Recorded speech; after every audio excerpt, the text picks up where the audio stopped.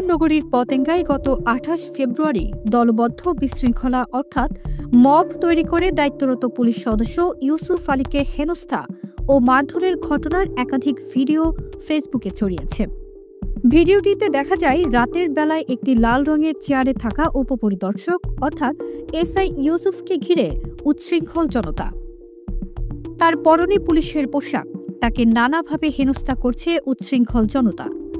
তার দুই হাত শক্ত করে ধরে রেখেছে যাতে নাড়াচাড়া করতে না পারে।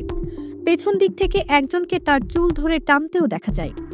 কেউ তার পোশাক খুলে ফেলতে বলছিল, কেউ তার প্যান্টের পকেটে হাত ঝুঁকিয়ে তল্লাশি করছিল।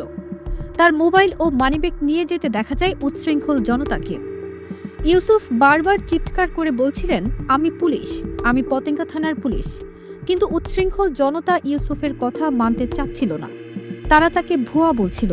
উচ্ছৃঙ্খল জনতার মধ্যে একজনকে বলতে শোনা যায়, ভালো করে ভিডিও কর।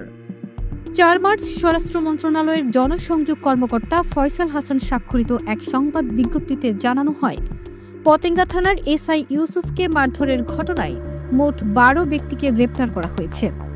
গ্রেপ্তার ব্যক্তিরা পতেঙ্গা সমুদ্র সৈকতে ত্রাস সৃষ্টি করে এসআই হেনস্থা সহ তার মুঠোফোন, মানিব্যাগ ও ওয়াকিটকি ছিনিয়ে নেওয়ার ঘটনায় জড়িত। তারা মাদক সেবন ও ছিনতাইয়ে জড়িত। সংবাদ বিজ্ঞপ্তিতে আরও বলা হয়, ঘটনার দিন মব সৃষ্টিকারী দুজনকে তৎক্ষণাৎ পুলিশে সোপর্দ করে জনতা।